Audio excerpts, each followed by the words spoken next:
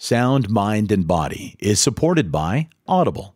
Get a free audiobook download and 30-day free trial at audibletrial.com/inbound.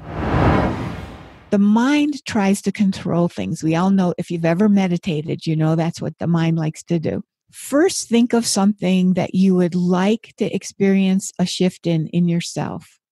I'm going to ask you some things that will sound like they have to do with your parents. But in fact, this is not about history and it's not about memory.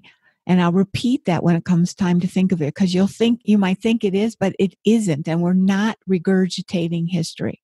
I want everyone to see what's actually going on inside them, to really experience it, hopefully on a level you've never felt before. And there will be opportunities for breakthroughs within it.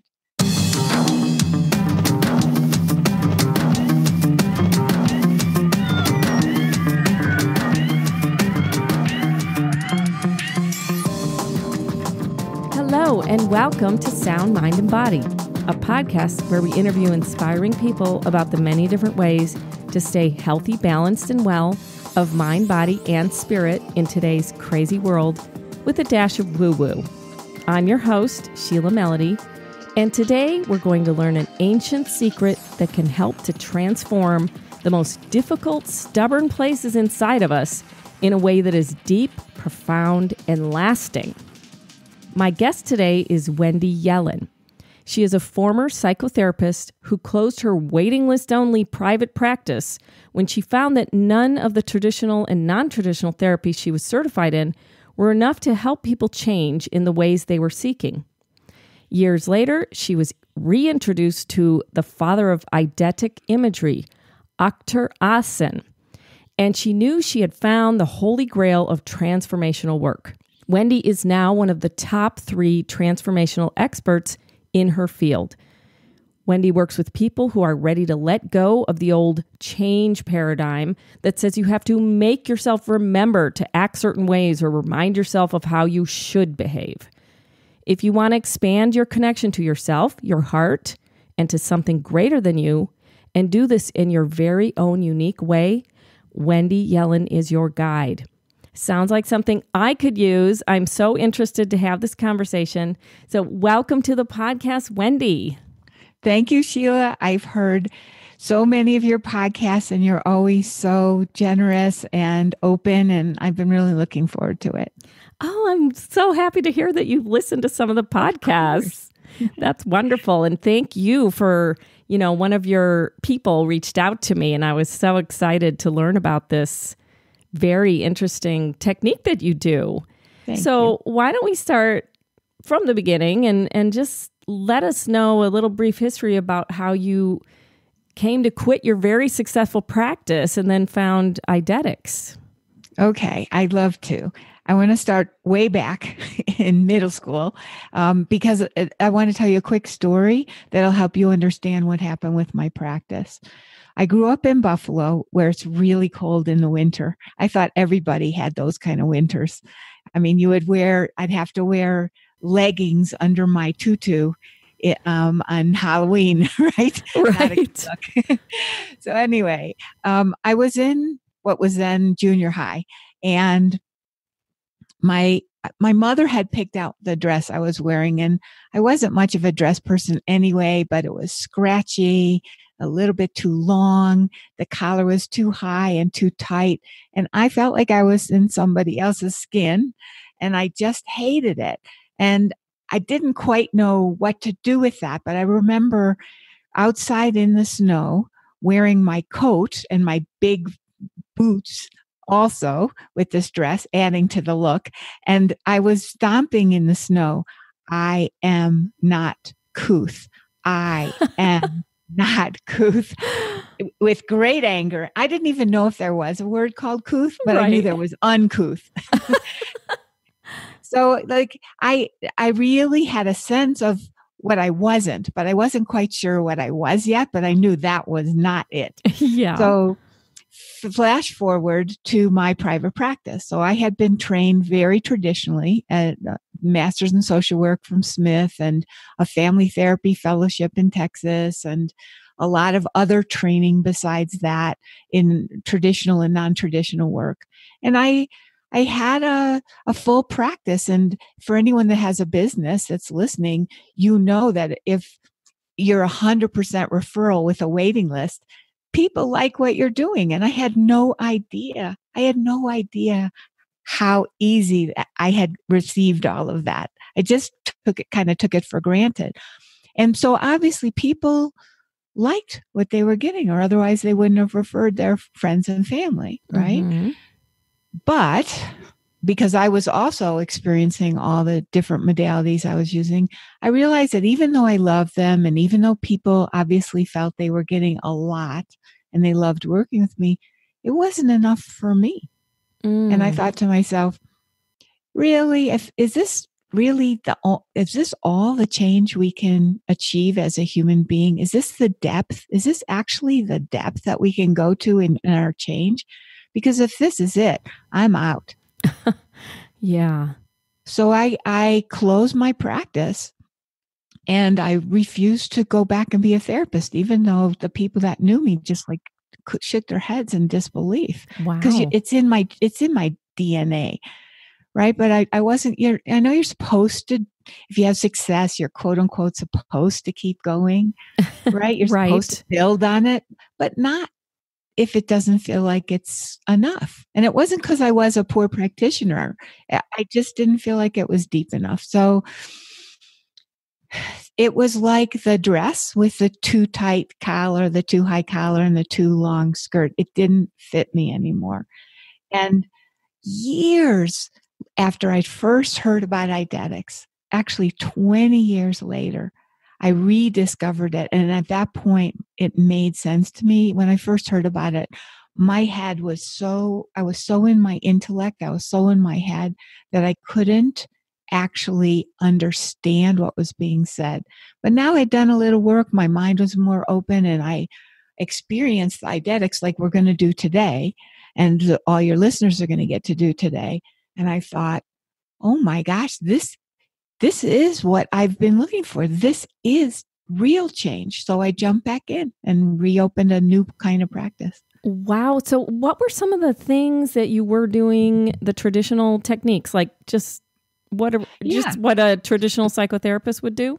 Psychoanalytic psychotherapy, which is not analysis, but really deeply based in things like object relationships and transference, countertransference, like really traditional clinical psychotherapy, very, very solid clinical psychotherapy. But as you might imagine, that didn't seem like enough to me. So then I went out and I studied emotional release body techniques, because I wanted to add to what was going on in the head with the body and a number of other processes. But those were some of the main ones. So you had heard about Eidetics years before when you were in the midst of your practice, and you weren't ready to open up to what it could do yet. Not only that, but there was a training going on in my city. I was living in Texas, in Houston at the time. So I could have just rolled out of bed and gone to the 3-year training. Wow. But no. Not that easy. Why should it be so easy? So when I rediscovered it, I had to fly. Well, I didn't have to. I chose to fly from Santa Fe to New York City 3 or 4 times a year for 3 years. What? Oh my gosh. Instead of rolling out of bed. But if you're either ready or you're not, right? And I was by no means ready. Yeah. At the time when it was easy, you weren't ready. So yes. So this is a method that the ancient Greeks used. So can you talk to us a little bit about that? Yes, you're right in part. It's the ancient Greeks understood this part of the mind that we're going to get to see today. Mm-hmm. It's like nothing I had ever encountered, but they didn't use it as a therapy. They understood how our minds work so much better than we do now, because right now everything is so behavioral and cognitive, and you got to think this way and you got to mold your behavior in that direction, and it's so constricting.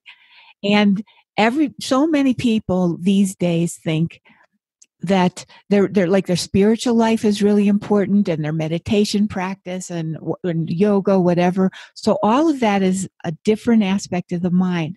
But then what we tend to try to do is to control our minds with the conscious mind because we don't know what else to do. But the Greeks understood that. They understood that, in fact, the word eidos, which is the base of Eidetics, in Greek comes from the Greek. It's the Greek word that means gift. They used it as gifts from the gods. That's how they thought of these creatures of our minds that are different from visualization. They're very, very different, like 180 degree, even though we're working with images. So who is the founder and creator of this method? Dr. Akhter Ahsen, the person that you mentioned, and he is a psychologist, a PhD, a poet. Joseph Campbell knew his work and absolutely loved what he was doing with the mind, really appreciated it. Is he still living or was He's still living, although he's not practicing at all. Okay. Yeah. So when did this kind of come into the forefront of, therapy that was being used in modern day? Well, he's been around and working with these images and studying these images and producing journals and I think 30 or 40 books since the 60s. But as you, I'm sure, realize, it's not very well known. Right. There are training institutions around the world, Canada, France, the U.S., a couple of different places, Ireland, and I might be missing one. But it's not something that people have. It's just been like a quiet revolution. Wow. Well, okay. So you have offered to take me through a process, and then the listeners can all listen along and kind of think their own, go along with this. Yes. So we're going to take a quick break, and then we come back. We will do the process. Yay. Hey, it's Tim Edwards with the Inbound Podcasting Network and producer of Sound, Mind, and Body. Just the fact that you're listening to the Sound, Mind, and Body podcast tells us that you enjoy consuming your content through your ears. Now, if you're a podcast listener, you're a perfect fit to enjoy audiobooks. So for you, our listeners and official members of Sheila's Whoo-Whoo community, Audible is offering you a free audiobook download and a free 30-day trial to check out their awesome service. Give it a shot. You've got nothing to lose. It's absolutely free for 30 days, and you get a free audiobook to keep even if you don't continue with the subscription. Support Sound, Mind, and Body by visiting audibletrial.com/inbound. That's audibletrial.com/inbound. We'll include a link in the show notes, or just click the Audible banner at soundmindbodypodcast.com.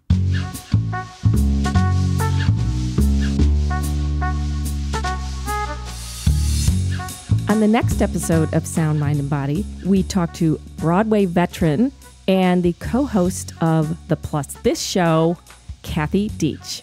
So somebody who is a size 0, just realizing that was the norm that my eyes saw. I grieve almost every day about the time I wasted hating myself and trying to change myself. What I really started to unpack was that I had to be like a superstar in every other way in order to get any kind of attention or love. And like I had to be unbelievably charming, and I had to really empathize with every person I ever met, and I had to like just be such a caregiver and all of these things, which sounds great, except that was because I felt like I wasn't a worthy person. That's next week on Sound, Mind, and Body. Okay, we are back, and we're talking to Wendy Yellen.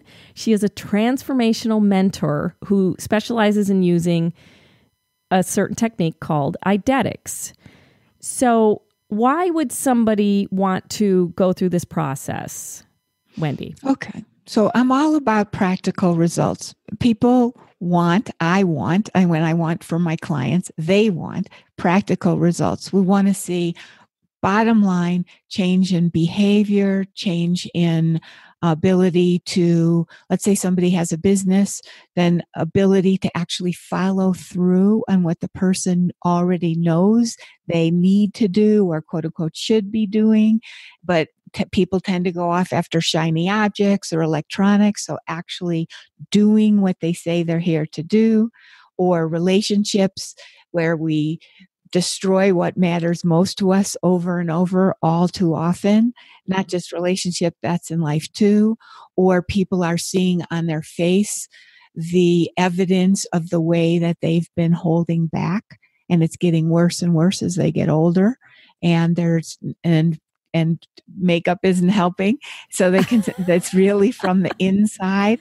Right. What's on the inside is coming through, and or a relationship to self-care, like people that are just zooming through life and saying one thing but doing something else. Mm-hmm. So you're like, why do I keep repeating the same patterns over and over? Or why can I get past this one certain issue?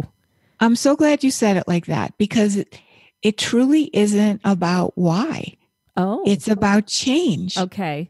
Right? So I mean, that's the people difference. come, it's fascinating, Sheila, because people really, their minds go to the why. Why? But that's not why somebody comes to me. Okay. They come because they want to change, not just understand why they don't feel good. Right? At least Oh. I know that's what I want. And I know that's what my clients, my private clients and my mastermind clients, they look really good from the outside. Mm-hmm. But it's the inside that doesn't feel right. They're in that too tight dress. Oh, the tight and scratchy dress. Yes. They're With not that couth. high collar. Yuck. They're not Unless couth. they're a guy, in which case, it's something else, like a tie. I don't know. Wow. Okay. So you are going to Yes. walk me through a Yes. process now. Yes. And everybody who's listening, she's taking you through this as well. And you can be thinking your same answers and what, you're going to be walking through this with us. So Yes. let's Yes. do it. Okay, let me set it up for all of you so Sheila and everyone listening can have a really meaningful experience. So first, think of something that you would like to experience a shift in yourself, and any level of what it means to be human. And I'm going to ask Sheila, I'm going to ask you in a moment, but for everyone, you want to have something that would be meaningful for you here. Then let me talk about how to do these images. There are a couple things to do that will really make it intensely helpful, can make it. Number one, I'm going to ask you some things that will sound like they have to do with your parents. But in fact, this is not about history and it's not about memory. And I'll repeat that when it comes time to think of it, because you might think it is, but it isn't. And we're not regurgitating history. That's number one. Number two, the mind tries to control things. We all know, if you've ever meditated, that's what the mind likes to do. So when we go into this image, the way that to go into it to experience something different in yourself is to actually look at what you're seeing. Look at what you're seeing. And there will be feelings that come from it. I'll remind you about all of this as we do it, but I want your mind to hear it. And meanings, there'll be a lot of meanings. Your head might be like talking a lot, but what you want to do is just go back and look. Also, we may experience the problem today. We may experience it in a level that you may never have experienced it before, and we may experience a breakthrough, or the mind just might keep spinning. I'm not going to work with you to try to push through to a breakthrough. If one happens, great, but because we don't have time for all of that, but I want everyone to see what's actually going on inside them, to really experience it, hopefully on a level you've never felt before. And there will be opportunities for breakthroughs within it. And then I'll talk about what it quote unquote means and what may have happened for other people besides you, Sheila. And I'll show people a way to have a little bit more of a personalized experience. Okay. Okay. All right. So what are you going to work? What is it you wanted to experience a shift in? I want to stop playing small. Tell me how that looks right now so I know a little bit more. Just stepping into my power. I look at it like stepping into my power, maybe taking on the role that I would like to in my, fantasies, really be. And I feel like I kind of play small and safe because maybe don't feel confident enough to really take that role on. Okay. That's a perfect place to go. And you may have, for the listener, yours may be completely different. It doesn't matter. Mm-hmm. Okay. So I'm going to give an instruction. You can all do this with your eyes open or closed. Obviously not closed if you're driving. In fact, I would hope that you don't do this while you're driving because you won't get as much from it as you could if you actually focus on it. All right, Sheila, here we go. See your parents in the house that you think of as a home, the house you grew up in, from a time when you were still growing up. Do not choose a time. I'm going to repeat it and let your mind hear it. Don't choose anything. Just let it appear. See your parents in the house that you think of as a home, the house you grew up in, from a time when you're still growing up, and see where are they in this image, in this exact moment, and what are they doing? Where are they and what are they doing? And for those of you who maybe had a loss or divorce or separation or death, you just let yourself see the house that shows up and where the parents or whoever it is shows up. Don't try to decide in your head. And Sheila, when you see it, let us know what you're seeing and keep looking at it as you're describing it. Okay, so what I see first off is a kitchen, the kitchen of where I grew up, where we spent a lot of time, and my mom is sitting in the chair that she used to sit in all the time. And my dad is standing up at the head of the table. And do I go on? What else do you see? More? Sure. What else do you see? My dad is kind of standing up and he seems very leisurely and he's got a t-shirt on and, he seems like kind of leisurely and relaxed and happy. And when you look at him leisurely, relaxed and happy, first of all, actually, how old are you and where are you in the image? I'm probably about maybe, 5 or 6. Okay. And then I'm sitting at the table too, across from my mom. Across from your mom. Now, when you look through your young, and by the way, you're doing great because you're actually looking, and I can tell you're feeling it to a certain degree too. So keep looking. Now look through your young eyes. And of course, everybody listening, you can try this too with your own image. Look through your young eyes. What's happening there, I'm Sheila? Getting emotional. Okay. This is important. This is part of the process. Do you mind sharing what you're seeing and what you're feeling? I don't know why. All of a sudden, I'm just getting really emotional. So stay with it. Just keep looking. And when you're looking at your father mostly, or your mother, or both right now? I think it's because my mother is she's just sitting there quiet and inward. Yes. She's not exactly relaxed and happy. No, she's not. Now, when the young you sees her, just let it be. You're actually doing exactly what you need to be doing here. Just let yourself see and let the image affect you. What's the young you feeling when you see your mother inward, not relaxed, just sitting and quiet? I just feel concerned about her. You can feel concerned about her. I feel care toward her, what's wrong? That's wrong? What I feel. Yes. And now notice what's happening in your young body. Was you're concerned? What's wrong? What is happening inside that little body? I feel like, I just know something's wrong, but my dad is okay. So it doesn't really appear to be something wrong, There's just a quietness to my mom that I feel like, something's wrong. Yes.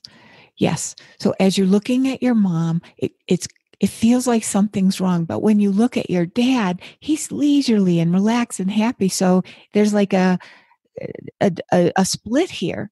The picture doesn't fit. Right. Is that right? Right. Right. It's like you have your own observations and understanding of something about your mom. But when you look at your dad, it kind of belies your own seeing. Right. So it's like, well, everything appears to be okay. But you don't feel that way as the young you. Right. I feel a little uncomfortable. You feel uncomfortable.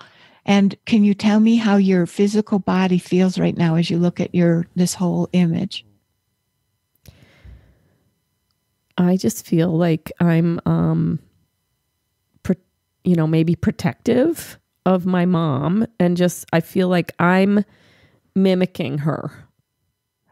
Okay. This is really important. How in the image are you mimicking her? I'm sitting quietly too. Yes. And as you look at her and as you're sitting quietly too, how does that feel to the young you? It feels like I have to not move. Otherwise, something's going to happen. You know what I mean? Like I have to stay quiet and, just small. Yes. And if I don't, something's that things will be out of control. That's kind of this is how I can control what's going on, is by sitting quietly. Yes. Now I'm going to just ask you, I'm going to repeat what you said. You said, I'm going to be quiet. I'm not going to move. Otherwise something will happen. I'm going to be quiet and small because if not, it'll get out of control. Yep. And this is how I can control it. Yes. Does that feel familiar to you? Yeah. Yes, it does. Of course it does. Of course it does. And I say of course because this image is designed to show where the problem, the kernel of the problem is. Now, wow. Yeah, now there's a lot of tears happening. Do you want to share anything? Because that would be, it would help others. And it would help me. It's just that my mother did when I was 11, she had a nervous breakdown. Yeah. And that was after 2 more kids, Yeah. She had 6 children altogether, but she had a nervous breakdown and then she was always kind of not well, not completely well. And so that was my childhood. But it obviously feels like it was coming for a lot longer than what we knew. Oh, absolutely. And you were picking it up. So let's just see if we can give you a little relief here, because now let's talk about the so what. So this image, as I said, is designed to go to the jugular about where the kernel of the problem is, but it's not just the problem. The solution is in this image too. Okay. Part of you asked for, you said, I want to stop playing small. I want to be in my power. I want to feel more confident. In this image, you're trying to stay smaller. You're trying to not move. It feels safer not to move. Right. So of course this is perfect for you. Right? Yeah. Okay. Now let's take couple more minutes. We don't know what will happen here. Normally, we would do an hour with this part I'm about to do, but let's just try. Okay. Yes? Mm-hmm. Okay. So now see, and you can all try this in your image. If you're having a difficult image like Sheila is, if you're having a positive one, you don't need to do this, but if it's a difficult negative one. So Sheila, keep looking at yourself in the image. Mm-hmm. And your mother being so quiet and small, and your father looking leisurely and relaxed and happy, and that whole disconcertedness about it, and you trying to control it, 5 or 6. And now see that, actually, do you know who Ganesh, I was going to do something else, but do you know who Ganesh is? Yes. Mm-hmm. Okay. Let me introduce him to your people then, just in case. So Ganesh is a Hindu god, and he is the protector of children and the remover of obstacles. And he has a little bit of a pot belly. And the reason is because he loves Indian sweets. Okay. So, and he has the head of an elephant and the body of a young boy. Remover of obstacles, protector of children. So now look at your image. Okay. And now see that Ganesh is there with you. Just see him there and allow the image to do whatever it does and tell us what you see. Well, if Ganesh is there next to me, I feel stronger. I feel more protected. Like I felt like my parents were not protecting me. Yes. So I feel protected. And then just keep watching. Take your time. I know it's a broadcast and all of that, but just take your time and let yourself see it. Tell us what you're seeing and notice how it feels to feel stronger, more protected, and whatever you see, whatever you feel. Well, I feel like Ganesh is trying to tell me that this is a he's trying to what? I missed that trying word. to tell me that this is for a purpose. That this experience was for a purpose and that I was meant to experience that so that I could have compassion. Okay, so hear his words and mostly see what happens when he's there in the room with you. When he's there, I feel a little more like I have someone on my side, I guess. Yes. Because I felt alone, like isolated. Yes. Yes. Now, when you're feeling that feeling of now you have someone on your side, you're not so alone, not so isolated. What do you do or say in the image? I keep say, seeing that he's there. Yeah. Are you okay, Mommy? I can speak. So notice, wait. Notice how it feels to speak. See what you do with your body. Pay even more attention to your body than the words. Do you move? Do you not move? Just whatever it is, just show us what you're seeing and you feel it, what you see. Just being able to look at her and just with concern, say, are you okay? Yes. And when you say that, talking, how's that feel? It's, it feels a little more empowering, I guess. It feels more like I have more strength. I have more strength in the situation. Well, you said you guess. So just really check and see what actually is happening. You don't have to push yourself to feel anything other than what you do. It releases some of the energy, which was making me compact. It releases the energy out when I'm able to talk. Yes. And now just take one last look as you're feeling that release of the energy out and you're less compact. How do you look? How do you feel? What are you doing? I feel more in control. Definitely that I have a choice and that I have more control in the situation. That I matter, I guess. I matter.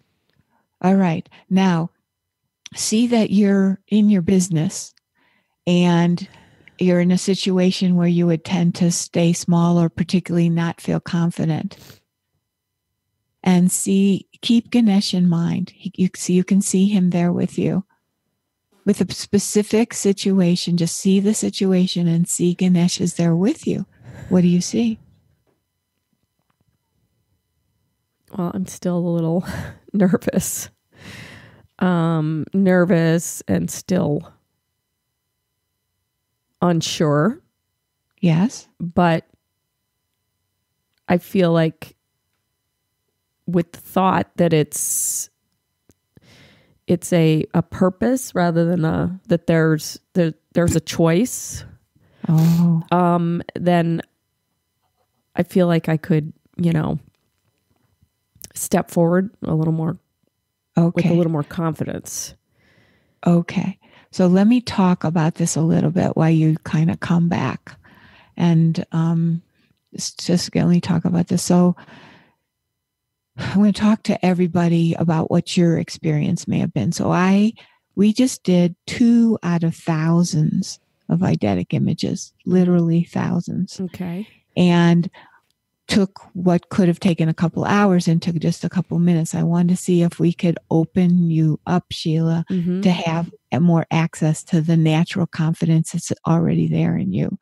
And you, even just with that little snippet, it's that little, fingernail of this tiny little piece of eidetics, you were started to experience more of the you that's underneath the crust of your history. Obviously, your mother's nervous breakdown and the intensity with which she was feeling compressed, and then the opposite with your father, and there's so much else there too, of course, that of course would curtail you and contain you.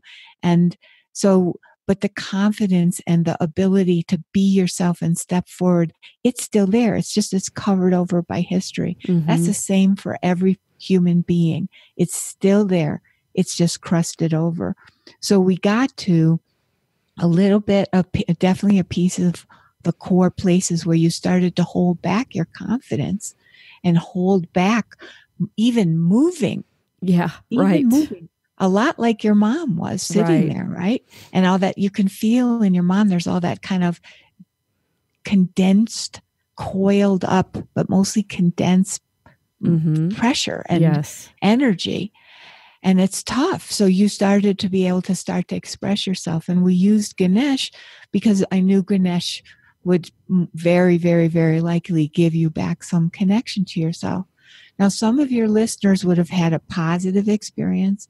Some of them would have had a difficult experience with both parents, some with just one, and some probably just stayed in their head. But most people probably had a negative experience with at least one parent.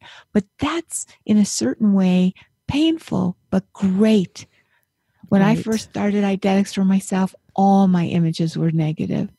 And it's great because I started to see, oh my goodness, that is what I do, just like you did, right? Wow, this is familiar. Oh my gosh. This shutting myself in and down and closing, right? You're shaking your head. So can I just say here just real quick what people can do going forward if they want to? Yes, absolutely. Because that was going to be my question. What would I do? How would I work with you? Like how many sessions or whatever, how do you normally work with people? I work with people in a number of different ways and different packages, but let me say the very best way to really get more of a taste for yourself is to I wrote a spiritual manifesto that is really supportive of people who find that their spiritual life is one thing, but the rest of their life is not so reflective, of what they feel in their spiritual life. And in this, it's at www.myspiritualmanifesto.com. There's a story in there about a woman trying to run a business by running herself ragged or completely letting go of the business and just playing. And obviously it doesn't work. But unfortunately, that's exactly what her mother did too. And so she's following down her mother's footsteps. And I talk about other stories like that. And within the Spiritual Manifesto, I help you understand how your mind is working and also how you could get more of an experience with this work. So I wanted to say that here so you would have a chance just to kind of come back also, Sheila. Thank you. Because I can see you. I know the listeners can't, but there's a lot going on. I was like thinking, oh yeah, we'll go through this and it'll be fine. I did not expect to have that deep of a reaction. I did not expect that at all. I thought I could just hold it together here, but I just couldn't. Wow. Well, good for you. Good for you. What would have been the point? And I just want your listeners to know how great of a leader you are by being visible and vulnerable. Good for you. Thank you, Wendy. And I will put the link to your manifesto in the show notes as well. And it'll be on the website. And so, okay, now that I'm back and now that we... switch gears. And then I'll put a link to your website too, how to work with you and everything. Just the manifesto is perfect, actually. Okay. Yeah. Now, can I ask you my questions I ask all my guests? Yes, I'm looking forward to it. I haven't chosen my answers because there's so many fun answers that could be possible. I want to see what comes out when we talk. Okay. So, first of all, besides, going through this and, your own journey with the Eidetics, how do you stay of sound, mind, and body in your daily life? Well, I do my very best. Okay. First of all, I walk every single day. I live near the top of a mesa in New Mexico. And so I walk up and down that for about an hour every day. And sometimes I talk to the trees and sometimes I listen to podcasts, and I always do my very, very best to be as present as I can, no matter what. That really helps me.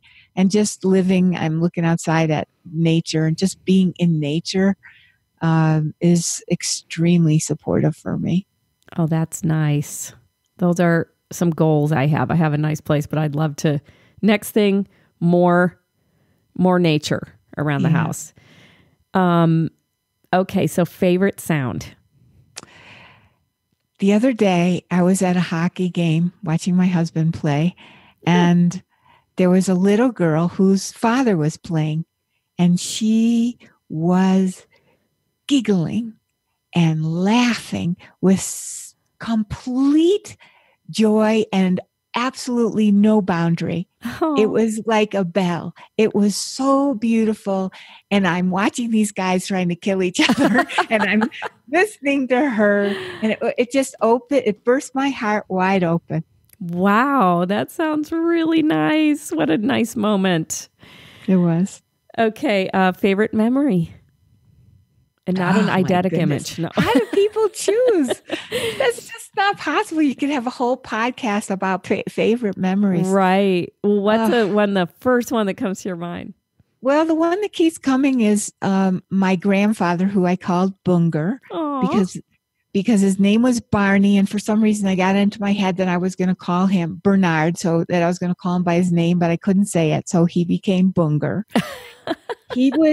He would read to us, and he would read to me, and we would sit on his lap with our thumbs in our mouth and the blanket on our lap. And he, even that little part of a book where it says like produced and distributed by, it's on the front page, even that was like magic. Oh, how great. What a wonderful memory. It is. I love that.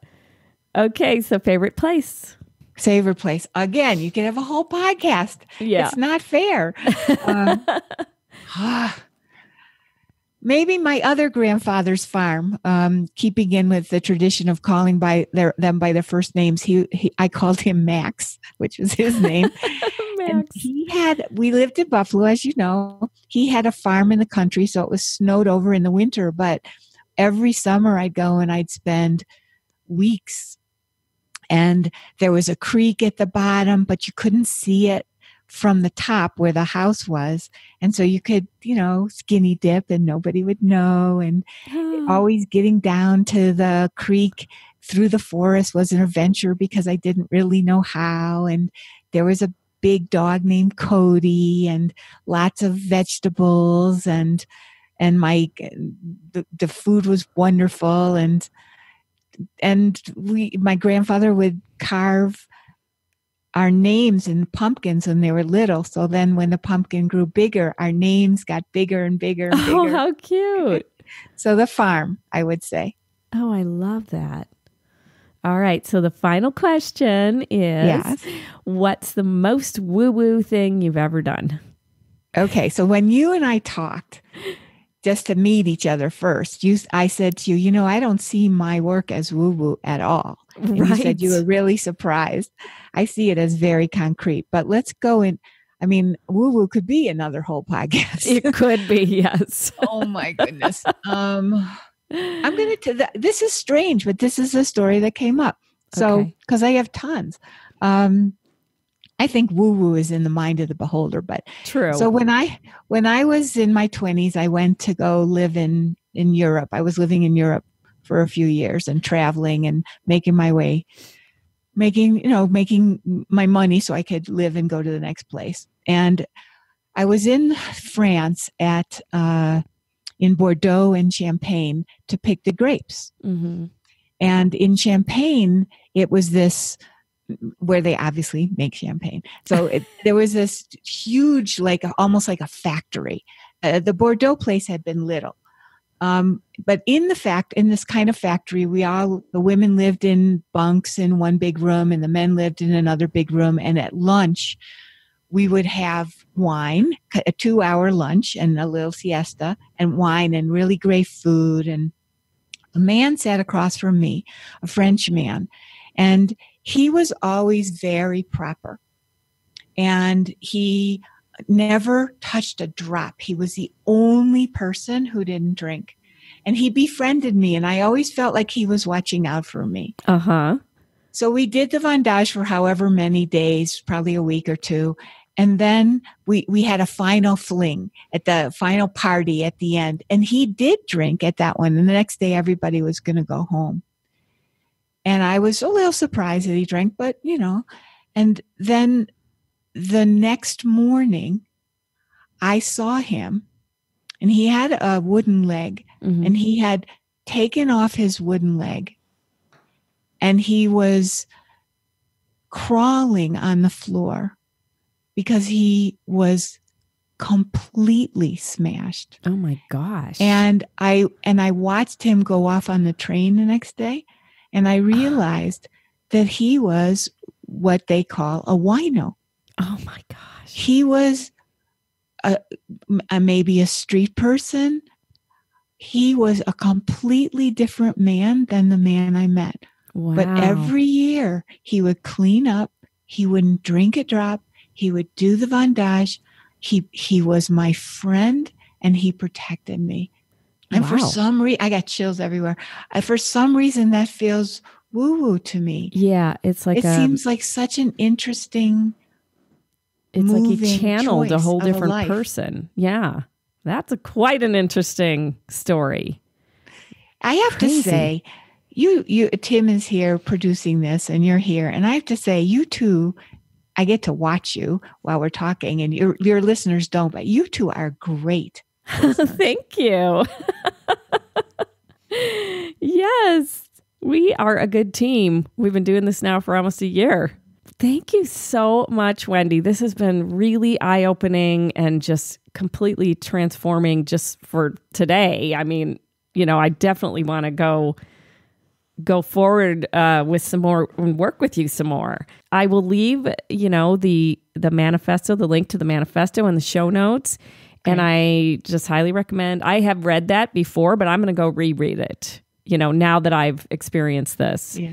And I highly recommend all the listeners just go download Wendy's manifesto, read it, and get in touch with her. Try to go through this.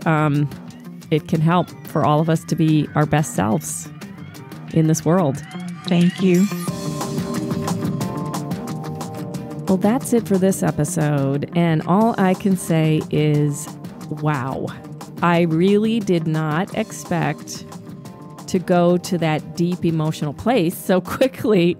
So I just, this is very powerful work that Wendy Yellen is doing. Have you ever experienced anything like Eidetics? Let us know. Send us a voice memo or email to soundmindbodypodcast@gmail.com. And thank you so much for listening. Please subscribe if you haven't already. You can do that on our website under the subscribe tab.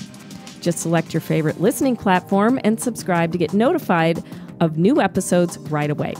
And while you're at it, you can join our Woo-Whoo community too. Just enter your email on the homepage of our website and you'll start to receive an email every Monday with the latest episode, along with special announcements and other news. I've got some things planned, so join us now and don't miss out. If you love the podcast, we would really appreciate it if you could give us a review on iTunes. It helps new listeners find us. Thank you to our producer, Tim Edwards, and the Inbound Podcasting Network. And thank you to our guest, Wendy Yellen. Get in touch and join the conversation. We're on Instagram at Sound Mind Body Podcasts, or find us on Facebook, YouTube, or the web. Search for Sound Mind Body Podcasts. I'm Sheila Melody. Join us next week as we explore, enlighten, and evolve. Hey, it's Tim Edwards, founder of the Inbound Podcasting Network and producer of Sound, Mind, and Body. If you're a regular listener of the podcast, you know that Sheila asks all of her guests how they stay of sound, mind, and body. Well, in part, my answer is my once-a-week high-intensity workout at Sheila's strength training studio, Inform Fitness in Toluca Lake. That's right, I said once a week, and here's the best part. It's only for about 20 to 30 minutes. However, it's not an easy-peasy half an hour, that's for sure. The workout is pretty intense, but it's extremely safe because my trainer Joe is guiding me the entire time. All of the movements are in slow motion and are in perfect form, hence the name, Inform Fitness. The workout's also quite effective. At the time of this recording, I'm 50 years old, and at my age, I should be getting weaker, but I'm not. I'm getting stronger every single week. You'll hear Sheila say several times here in the podcast that strength care is health care. Check it out for yourself. There's a free session waiting for you at informfitness.com. Click the button, Try Us Free, right there on the homepage. Fill out the form and enjoy a slow-motion, high-intensity, full-body workout in just 20 minutes. On the website, you'll also see that this offer applies to all Inform Fitness locations across the country. For a list of those locations, tons of videos, and information regarding the Power of 10 workout, visit informfitness.com.